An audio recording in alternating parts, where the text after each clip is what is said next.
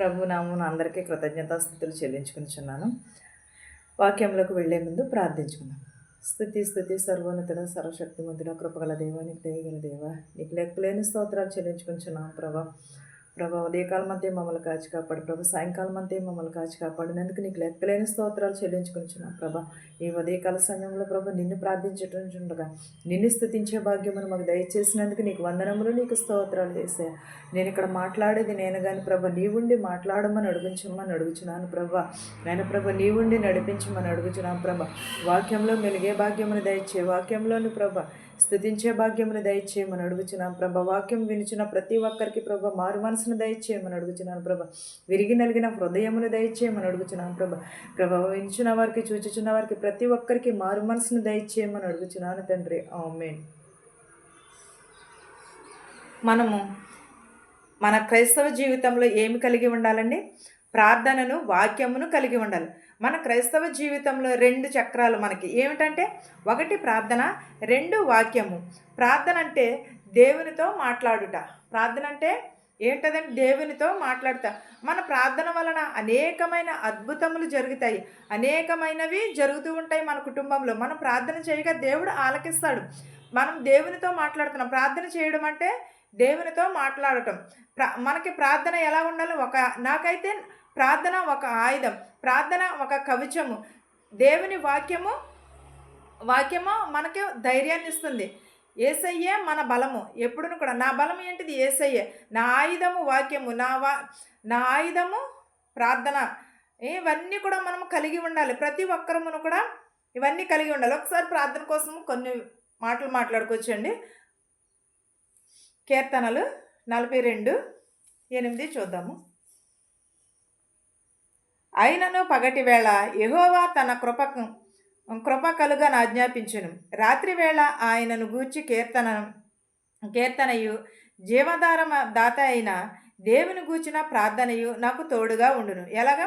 అయినను పగటి వేళ యెహోవా తన కృప కలుగా ఆజ్ఞాపించును. రాత్రి వేళ ఆయనను గూర్చిన కీర్తనయు జీవదాత అయిన దేవుని గూర్చిన ప్రార్థనయు నాకు తోడుగా ఉండును. ఎలా ఉండునంటే, రాత్రి వేళ దేవుడు మనకు తోడుగా ఉంటాడు, పగటి వేళ దేవుడు మనకు. మోషే అరణ్యవాసం 40 సంవత్సరాలు వెళ్ళినప్పుడు దేవుడు ఎలా ఉన్నాడు? పగలు రాత్రి కూడా దేవుడు వాళ్ళకి రాత్రి అయితే అగ్ని స్తంభంలాగా, పగలైతే దీపస్తంభంలాగానే ఆయన కాచి కాపాడాడు. రాత్రి వేళ కానీ పగటి వేళ కానీ దేవుడు వారికి చాలా తోడై ఉన్నాడు. ఎందువలన? ప్రార్థనా జీవితంను కలిగి ఉండటం వలన. మనం ప్రార్థన ఎలా చేయాలి? ఎడతెగక ప్రార్థన చేయాలి. ఆయన కృప ఎప్పుడు నిత్యమును కూడా మన పైన ఉంటుంది. ఆయన ఆజ్ఞ రాత్రి వేళ అయినను ఆయనను గూర్చిన కీర్తనలు జీవదాత అయిన దేవుని గూర్చిన ప్రార్థన నాకు తోడుగా ఉండును. ఏముంటుందండి మనకి? ప్రార్థన మనకి ఎప్పుడును కూడా తోడుగా ఉంటుంది. ప్రపంచంలో మనకి ఎన్నైనా శ్రమలు రావచ్చు, మనల్ని ఏదైనా సరే అనవచ్చు. ప్రపంచంలో నిన్ను వదిలేసిన వారు ఉండొచ్చు, ఒంటరిని చేసిన వారు ఉండొచ్చు, దుఃఖ సాగరంలో మునిగినా సరే, మనము దుఃఖ సాగరంలో మునిగిపోయినను సరే, నీలో ఉన్న నిన్ను ప్రేమించిన దేవుడు ఎప్పుడును కూడా మనకి తోడై ఉంటాడు. ప్రేమించిన నిన్ను జ్ఞాపకమునకు చేసుకోవాలి. మనము బాధ కలిగినను కూడా, ఒకవేళ ఏది కలిగినను కూడా దేవుని యందు మనము ప్రార్థనా జీవితమును కలిగి ఉండాలి. మంచినే మనము చూడాలి. యేసయ్య మరలా మనకి ఏం చేస్తున్నాడు? ప్రపంచమంతా నిన్ను వదిలేసిన, ఒంటరిని చేసిన, దుఃఖ సాగరంలో ముంచివేసిన, నీలో ఉన్న నిన్ను ప్రేమించిన, నీ పక్షాన దేవుడు ఉంటాడు. నిలవబడగలిగి యేసయ్య మరలా నిన్ను తోడుకుని వస్తాడు. ఎప్పుడు? ప్రార్థనా జీవితమును కలిగి ఉండాలి. యేసయ్య మరలా నిన్ను జీవింపజేయగలుగుతాడు. ఏ పరిస్థితులలో ఉన్నా సరే జయించగలిగే శక్తి నీకు ఇవ్వగలిగే దేవుడు ఎవరు? మన యేసయ్య. ఒంటరితనమును పోగొట్టగలిగేవాడు మన యేసయ్య. ఒంటరితనము పోయేలాగా చేస్తాడు. మనం ఏమని కలిగి ఉండాలి? ఇవన్నీ రావాలంటే మనకి ప్రార్థనా జీవితమును కలిగి ఉండాలి. ఒంటరిని అయిపోయానని బాధపడకు. కుటుంబంలో నీకు ఎన్నో అవమానాలు ఎదురయ్యాయని బాధపడకు. నిన్ను విడువను ఎడబాయనని నా యేసయ్య నీకు తోడుగా ఉంటానంటున్నాడు. ఎప్పుడును కూడా నువ్వు కృంగిపోకూడదు. ఎప్పుడును కూడా కృంగిపోకుండా ప్రార్థనా జీవితమును కలిగి ఉండాలి. ప్రార్థన మనకు తోడుగా ఉంటుంది. వాక్యము మనలను నడిపిస్తూ ఉంటుంది. ప్రార్థనా జీవితమును కలిగి ఉండాలి మనం ఎప్పుడును కూడా. మనం లోకాసు వార్త 9:29 చూద్దామండి.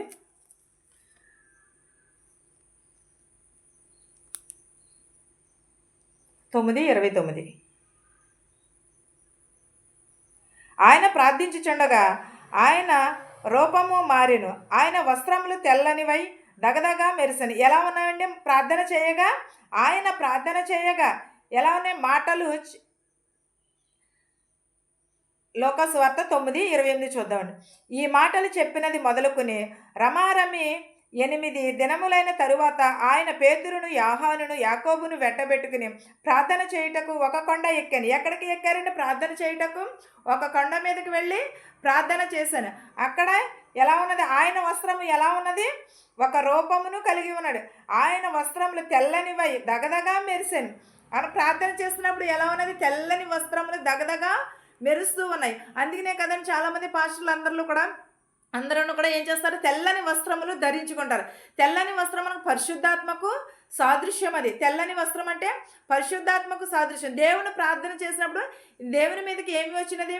యేసుక్రీస్తు వారి మీదకి పరిశుద్ధాత్మ వచ్చి ఉన్నది. కాబట్టి ఆయన వస్త్రములు ఎలా మెరిసినాయి? దగదగా మెరిసినవి.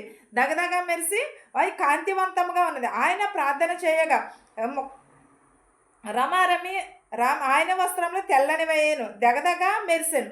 మనము కూడా అలాగే ప్రార్థన చేస్తే, మనం నిష్ట కలిగి ప్రార్థన చేస్తే, మనము దైవికంగా ప్రార్థన చేస్తే మనము కూడా అలాగే తెల్లని వస్త్రములు తెల్లని వస్త్రములు ధరించుకునే ప్రార్థన చేయాలా అని అనుకుంటారేమో. కాదు, అది దేవుని ప్రేరేపణ. మనం ప్రార్థన చేస్తే దేవుడు మనలను నడిపిస్తూ ఉంటాడు. మనల్ని ఎప్పుడు కూడా దేవుడు నడిపిస్తూ ఉంటాడు మనము ప్రార్థన చేస్తే. కీర్తనలు 50:15 చూద్దామండి. మనం ప్రార్థన చేస్తే దేవుడు మనలను అంటే ప్రార్థన చేయకపోతే దేవుడు మనలను నడిపించడా అని అనుకుంటారు. ప్రార్థన చేసుకుంటే మనకు అనేకమైన అద్భుతములు, అనేకమైన కార్యములు జరుగుతూ ఉంటాయి. కీర్తనలు 50:15 చూద్దామని. ఆపత్కాలమున నీవు నన్ను గూర్చి మొరపెట్టుము, నేను నిన్ను విడిపించేదను, నీవు నన్ను మహిమపరిచేదవు. ఎప్పుడంటే ఆపత్కాలంలో దేవుడికి మొరపెడితే మనకి ఆయన మనలను విడిపించేదని చెప్పుచున్నాడు. మనకు బాధలు వస్తుంటే, శోధనలు వస్తే అప్పుడు మనం ప్రార్థన చేస్తే దేవుడు మనల్ని ఏం చేస్తాడు? ఆ శోధన నుంచి, వేదనల నుంచి దేవుడు తప్పిస్తూ ఉంటాడు. మన ప్రార్థన జీవితమును కలిగి ఉండాలి. ప్రార్థన అంటే దేవునితో మాట్లాడుట. ప్రార్థన చేస్తే దేవుడు మనకు విడుదలను కలుగజేస్తాడు. ప్రార్థన మన పక్షమున దోతలను కూడా విడుదల చేస్తాడు. శత్రువుల నుంచి విడుదల చేస్తూ ఉంటాడు. కీర్తనలు 54:7 చూద్దామండి ఒకసారి. ప్రార్థన మనకి ఒక ఆయుధంగా మారాలి, అంతేగాని నామకార్థముగా ప్రార్థన చేయకూడదు. ఈ రోజుల్లో అందరూ కూడా నామకార్థంగానే ప్రార్థన చేస్తూనే ఉన్నారు. మనం నిజమైన భక్తిని కలిగి ఉంటున్నామా? మన ప్రార్థన జీవితం ఎలా ఉంటుందనేది ఒక్కసారి మనం పరిశీలన చేస్తున్నామా? కీర్తనలు 54:7. ఆపదలన్నిటిలో నుండి ఆయన నన్ను విడిపించి ఉన్నాడు. నా శత్రువుల గతిని చూచి నా కన్నులు సంతోషించుచున్నది. ఎప్పుడనే ఆపదలన్నిటిలో నుంచి కూడా దేవుడు మనలను విడిపిస్తున్నాడు. ప్రార్థన మన పక్షమున ఉన్నది. ప్రార్థన మన పక్షమున ఉంటే మనకు శత్రువుల నుంచి కూడా విడుదల కలగజేస్తానని అంటున్నాడు దేవుడు. మన యేసుక్రీస్తు వారు విడుదల కలగజేస్తాను. విలాప వాక్యములు 2:9 చూద్దాం. ప్రార్థన మనుషులను మారుస్తుంది. ఏం చేస్తుందండి? ప్రార్థన మనుషులను మారుస్తుంది. ప్రార్థనా జీవితం. మన శరీరం అందంగా ఉన్నవాళ్ళు ఉండొచ్చు, ప్రపంచము ఇష్టపడదు. ఒకవేళ మన శరీరం అందంగా ఉన్నదనుకో ప్రపంచము ఇష్టపడుతుందేమో, కానీ మన మనసు అందంగా ఉంటే దేవుడు మనలను ఇష్టపడుతుంటాడు. ఈ ప్రపంచం ఇష్టపడేది కావాలా? దేవుడు ఇష్టపడేది కావాలా? దేవుడు ఇష్టపడేది మనకి కావాలి. ఎందుకంటే మనుషులైతే పై రూపమును చూస్తారు, దేవుడైతే హృదయమును చూస్తూ ఉంటాడు. అందుకని మనం ఏం చేయాలంటే మన మనసును మార్చేదే ప్రార్థన. మన మనసును మారుస్తుంది. కాబట్టి దేవునికి ఇష్టమైన రీతిలో మనము నడవాలి. దేవునికి ఇష్టమైన రీతిగా మనము ప్రార్థన చేయలేం. అపోస్తల కార్యములు 12:57 చూద్దాం. మనం దేవునికి ఇష్టమైన రీతిగానే ఉండాలి, అంతేగాని ఈ మనుషులకు కనబడే రీతిగా. ఈ మనుషులు ఏం చూస్తారు? పైన శరీరము, అందము చూస్తారు. దేవుడు మన మనస్సు చూస్తూ ఉంటాడు. దేవుడు మన మనసును ఇష్టపడుతూ ఉంటాడు. అపోస్తల కార్యములు 12:5-7. పేతురు చెరసాలలో ఉంచబడును. సంఘమైతే అతని కొరకు అత్యాసక్తితో దేవునిని ప్రార్థించను. ఎలాగండి? అత్యంత శక్తితో ప్రార్థన చేశాను. పేతురు చెరసాలలో ఉన్నప్పుడు పేతురు చెరసాలలో ఉంచబడెను. సంఘం అయితే ఎలా ప్రార్థన చేసింది? అత్యంత శక్తితో దేవునిని ప్రార్థించుచుండెను. మనము కూడా ఎవరికైనా సరే ఒక బాధ అయినను ఒక రోగమైనను వస్తే మనం సంఘం అంతయు కూడా ఎలా ప్రార్థన చేయాలి? ఆసక్తితో వెళ్ళి మనము ప్రార్థన చేయాలి. వారు స్వస్థత పొందేంత వరకు కూడా మనం ప్రార్థనను చేయాలి. దేవుడు తలుచుకుంటే ఎంతటి రోగినైనా సరే స్వస్థపరుస్తాడు, ఎలాంటి వారినైనా సరే లేవనెత్తుతాడు. మనం ప్రార్థనా జీవితమును కలిగి ఉండాలి, వాక్యమును మనము కలిగి ఉండాలి, వాక్యమునకు మనము లోబడాలి తప్ప కానీ మనము ఈ ఇలాగొప్ప వైపు కాదు. అనేకమైన శ్రమలు వస్తూ ఉంటాయి. మనం ప్రార్థన చేసుకున్నప్పుడు, ప్రార్థనలో మెలిగినప్పుడే మనకి శ్రమలు వస్తూ ఉంటాయి, శోధనలు వస్తూ ఉంటాయి. మనం ఏం చేయాలి? ప్రార్థన బంధకాల నుండి విడిపిస్తుంది. మన బంధము చెరసాలలో ఉన్న వారిని తీస్తుంది, విడుదల కలుగజేస్తుంది. 7వ వచనం చూసుకుందాం. ఇదిగో ప్రభువు దూత అతని దగ్గరకు నిలిచెను, అతడున్న గదిలోకి వెళ్ళి ప్రకాశించెను. దూత పేతురు పక్కన తట్టి త్వరగా లెమ్మని చెప్పి అతని లేపగా సంకెళ్ళు అతని చేతుల నుండి ఊడెను. ఎప్పుడని? సంఘమంతా ప్రార్థన చేయగా పేతురు చెరసాలలో ఉన్నప్పుడు దూత వెళ్ళి వారి సంకెళ్లను విడిచిపెట్టింది. వారి సంకెళ్ళన్నీ కూడా విడిచిపోయాను. అలాగే మనం అంతా కూడా ప్రార్థన చేస్తే ఎవరికైనా సరే స్వస్థత కలుగుతుంది. మనము ఏం చేయాలంటే ప్రార్థనా జీవితమును కలిగి ఉండాలి. మనం ఇప్పుడు మార్కు సువార్త 11:23 చూద్దామండి. మనం ఎప్పుడూ కూడా ప్రార్థన చేసేవారుగానే ఉండాలి. మనం ఎవరిని కూడా సంఘము ప్రార్థించగా అనేకమైన, ఒకవేళ ఎవరికైనా నీరసంగా ఉంటే ఏం చేయమన్నా? సంఘము వెళ్ళి ప్రార్థన చేయమన్నా, అప్పుడు దేవుడు స్వస్థపరుస్తానని చెప్పుచున్నాడు. సంఘము ప్రార్థించగా అనేకమైన స్వస్థతలు పొందుకుని ఉన్నాం మనం. మార్కు 11:23 అండి.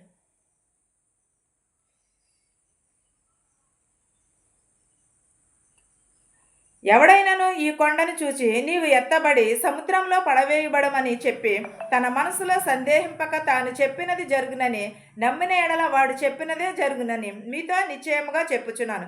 24 చూద్దామండి.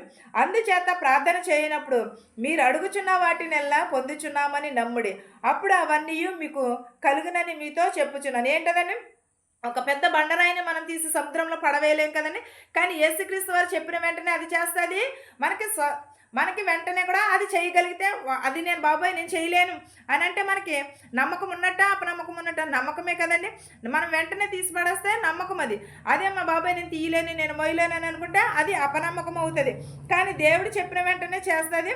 అందుచేత ప్రార్థన చేయనప్పుడు మీరు అడుగుచున్న వాటిని ఎలా పొందుచున్నామని నమ్ముడి, అప్పుడు అవన్నీ కూడా మీకు కలుగును. మనం దేవుని ఎదుట అనేకమని, నాకు ఇల్లు కావాలి, నా బిడ్డల భవిష్యత్తు కావాలి, నా భర్త జీతం పెరగాలి, లేకపోతే నా బిడ్డలు స్వస్థత పొందాలి, నా బిడ్డలు మారు మనసును పొందాలి, నా బిడ్డలకు ఉద్యోగం లేరు, నా బిడ్డలకు పిల్లలు లేరు, లేకపోతే నా కుమార్తెకి పెండ్లి కాలేదు, నా ఇంట్లో శోధన ఉన్నదని మనము ప్రార్థన చేస్తాము.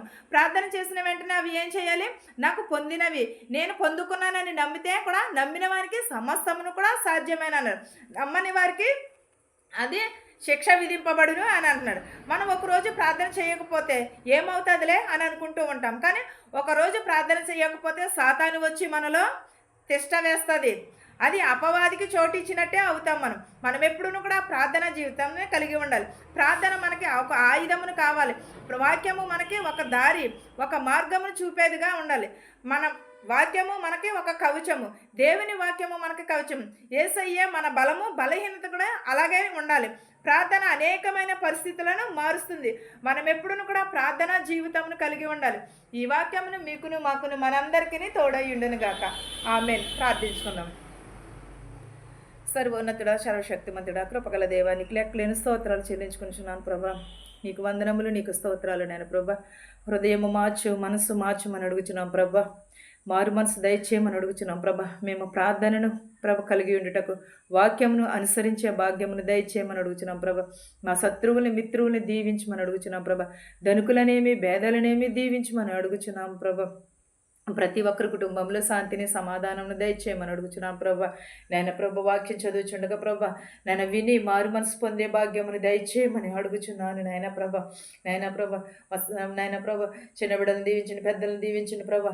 అనేకమైన వ్యాధి బాధలతో బాధపడుచున్నారు ప్రభా. వారందరినీ స్వస్థత దయచేయమని అడుగుచున్నాం ప్రభా.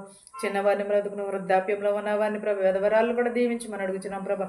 యవనస్తులు త్రెట్టిల్లిపోకుండా నీ పాదాల చెంత చేర్చుకోమని అడుగుచున్నాం ప్రభా. ప్రతి ఒక్కరిని ప్రభా పేరు చొప్పున దీవించమని అడుగుచున్నాం ప్రభా. మా సంఘాలని మా దేశాలని దీవించమని అడుగుచున్నాం ప్రభా. గ్రుడ్డి వారిని మోగవారిని అంగవైకల్యం కలిగిన వారిని చెవిటి వారిని కూడా స్వస్థపరచమని అడుగుచున్నాను నాయన ప్రభ నీ అంకను ఎవరినైతే మర్చిపోయింటే వారందరినీ కూడా దీవించి ఆశీర్వదించమని అడుగుచున్నాము నాయన ప్రభ. అన్నికే స్తోత్రంలో ప్రభ. బస్సులో వెలిచినటువంటి, రైల్లో వెలిచినటువంటి, హెలికాప్టర్లో, ఆటోలో, ట్యాక్సీలో వెలిచిన వారు వారి గృహాలకి సురక్షితంగా చేర్చమని అడుగుచున్నాం ప్రభ. ఇతర దేశం వెళ్ళాలని ప్రయాణం పెట్టుకున్నారు ప్రభ. వారి ప్రయాణంలో మీరే ఉండమని అడుగుచున్నాం ప్రభ. వారి మార్గమును సరళము చేయమని అడుగుచున్నాము నాయన ప్రభ. వారిని స్వస్థపరచమని అడుగుచున్నాం ప్రభ. మెడికల్కి వెళ్ళిచుండగా మెడికల్లో పాస్ అయ్యేటకు సహాయం చేయమని అడుగుచున్నాం ప్రభా. పీసీస్కి వెళ్ళిచుండగా పీసీసీ అయ్యేటకు సహాయం చేయమని అడుగుచున్నాం ప్రభా. నాయన ప్రభా, ఎంబెస్సీలో పని లేక చాలామంది ఉన్నారు ప్రభా. వారి అందరికీ పని దయచేయమని అడుగుచున్నాము నాయన ప్రభా. అనేకమైన దేశంలో ప్రభా పని లేదనుకుంటున్నారు ప్రభా. వారికి పనిని దయచేయమని అడుగుచున్నాము నాయన ప్రభా. యుద్ధములు వచ్చుచున్నావు ప్రభ, కొరువులు వచ్చుచున్నవి నాయన ప్రభ, సముద్రములు కొట్టుకుపోచున్నాయి నాయన ప్రభ. అది నీ ఉగ్రత చేతనే ప్రభ, అది నీ మాట సెలవివ్వగానే కట్టుబడుతుంది నాయన ప్రభ. అలాగే మీ మాటతో ప్రభ మీ స్వాధీనంలో ఉంచుకోమని అడుగుచున్నాము నాయన ప్రభ. నేను యాక్సిడెంట్ అయ్యున్నారు ప్రభా, అది కూడా స్వస్థపరచమని అడుగుచున్నాం ప్రభ. గర్భిణీ స్త్రీలకు సిలువైన కనుక దయచేయమని అడుగుచున్నాం ప్రభ. పిల్లలు లేని వారికి పిల్లలు దయచేయమని అడుగుచున్నాం ప్రభ. ఎవరెవరైతే ఏ అనారోగ్యములతో అయి ఉన్నారో ప్రభ, వారందరినీ స్వస్థపరచమని అడుగుచున్నాం ప్రభ. ప్రతి ఒక్కరి కుటుంబంలో శాంతిని సమాధానమును దయచేయమని అడుగుచున్నాం ప్రభ. ప్రతి ఒక్కరికి ప్రభ నీ కృపయు నీ కనికరమును దయచేయమని, నా ప్రార్థనను నీ పాద సన్నిధి చేర్చుకోమని యేసుపుంజినామ బ్రతిమాలి వేడుకునిచున్నాము తండ్రి. ఆమేన్. పరలోకమందున్న మా తండ్రి, నీ నామము పరిశుద్ధపరచబడునుగాక, నీ రాజ్యం వచ్చునుగాక, నీ చిత్తము పరలోకమందు భువ్యందు నెరవేరినట్లును మా అనుదినాహారము నేడు మాకు దయచేయము. మా రుణస్థులను మేము క్షమించిన ప్రకారము మా రుణములను క్షమించుము. దుష్టుని నుండి శోధన నుండి తప్పించుము. రాజ్యమును శక్తియు మహిమయు నిరంతరము నీవై ఉన్నావు మా తండ్రి. ఆమేన్ ఆమేన్. అందరికీ వందనాలు.